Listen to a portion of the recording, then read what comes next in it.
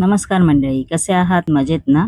आज आपण अलीगड फेमस आलू के बरुले ही रेसिपी पाहणार आहोत. चला तर रेसिपीला सुरुवात करायची आहे. एकदम साधी सोपी रेसिपी आहे ही.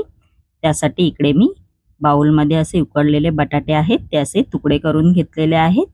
त्यानंतर याच्यामध्ये आपण 1 चमचा बेसन पीठ घालायचं आहे. त्यानंतर 1 चमचा मैद्याचं पीठ घालायचं आहे. त्यानंतर याच्यामध्ये 1 चमचा कॉर्नफ्लॉवरचं पीठ घालायचं आहे व चवीनुसार आपण ह्याच्यामध्ये मीठ घालणार आहोत. त्यानंतर इकडे मी एक लाल चटणी केलेली आहे.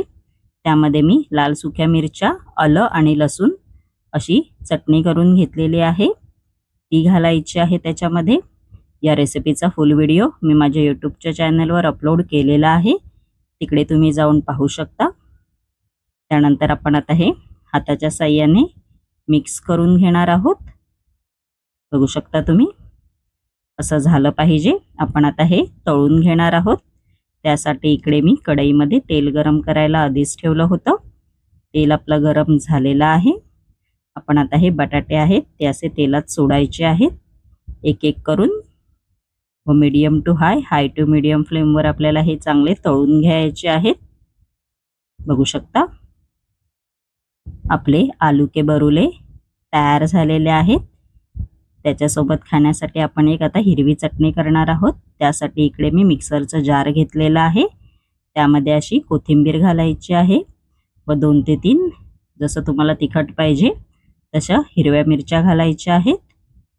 त्यानंतर याच्यामध्ये काळी मिरी पावडर घालायची आहे. त्यानंतर काळं मीठ घालायचं आहे. धणे पावडर घालून घ्यायची आहे. आमचूर पावडर घालायची आहे व चिंचेचं पाणी केलेलं आहे मी इकडे, ते घालून घ्यायचं आहे त्याच्यामध्ये व मिक्सरला चांगली वाटून घ्यायची आहे. बघू शकता तुम्ही, अशी चटणी झाली पाहिजे. आपण आता आलू के बरुले असेंबल करून घेऊया. मस्तपैकी असे डिशमध्ये आलू के बरुले घालायचे आहेत व चटणी अशी घालायची आहे व कांद्याची स्लाइड्स आहे ती घालायची आहे. मस्तपैकी असे चटपटीत होतात. माझी ही रेसिपी जर आवडली असेल तर नक्की माझ्या चॅनलला सबस्क्राइब करायला विसरू नका. धन्यवाद.